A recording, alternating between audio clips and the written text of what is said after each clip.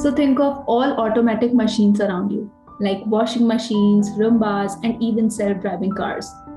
So what is the most important thing that they all need to be able to start and provide the functionality that they are designed for? An energy source, a source that powers them up, enabling them to deliver a smooth and efficient performance. Simple, right? But there is a caveat. The energy source has to tick off two very important conditions. Number one, right type of fuel. Example, an automobile with a diesel engine cannot run on petrol and vice versa. Number two, right quantity of fuel. Example, overfueling and incorrect air to fuel ratio damages the engines of your automobile over time. Now, apply the same logic on the human body. Your body, like any other machine, consists of many parts that work together to perform important functions. Your body is also highly proficient at utilizing the energy it gets to sustain itself. Sustain itself? Does this mean you don't have to do anything to take care of it? Or does this mean you have no control over your own body? Neither. Let's say it again. Your body is highly proficient at utilizing the energy it gets to sustain itself, meaning it is self-sustaining provided it gets the energy required. So what is the energy your body needs? Although we have been calling it energy so far, it is quite apparent that the source or fuel that keeps our body functioning smoothly, efficiently, and for a long time comes from the food we eat. Food contains mainly three types of nutrients that are broken down into smaller components and energy: carbohydrates, proteins, and fats. When any of the three components are consumed, they are broken down by the digestive enzymes into byproducts like simple sugars, amino acids, and fatty acids, and absorbed into your blood, where they are available to be used as energy when your body needs it. So protein breaks down into amino acids and energy. Lipids break down into fatty acids, glycerol, and energy. And carbohydrates break down into sugars and energy. So how exactly does the food you eat get converted into energy? The tissues and cells that make up your body are living things and require energy to function and stay alive. The fuel providing that energy is a type of sugar called glucose.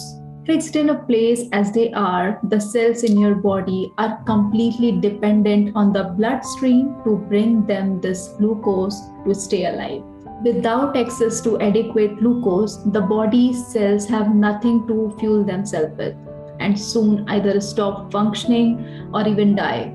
So what exactly happens to your metabolism in diabetes? In normal metabolism, the insulin secreted attaches itself to cell receptors and opens the glucose channel to allow entry or absorption of the sugar for energy, that is glucose, or is transported to the liver to be stored for later in the form of glycogen, causing a drop of the glucose levels in the bloodstream. The metabolism of people with diabetes is almost identical to the metabolism of people without diabetes, with the only difference being the ineffectiveness of the insulin produced by the body.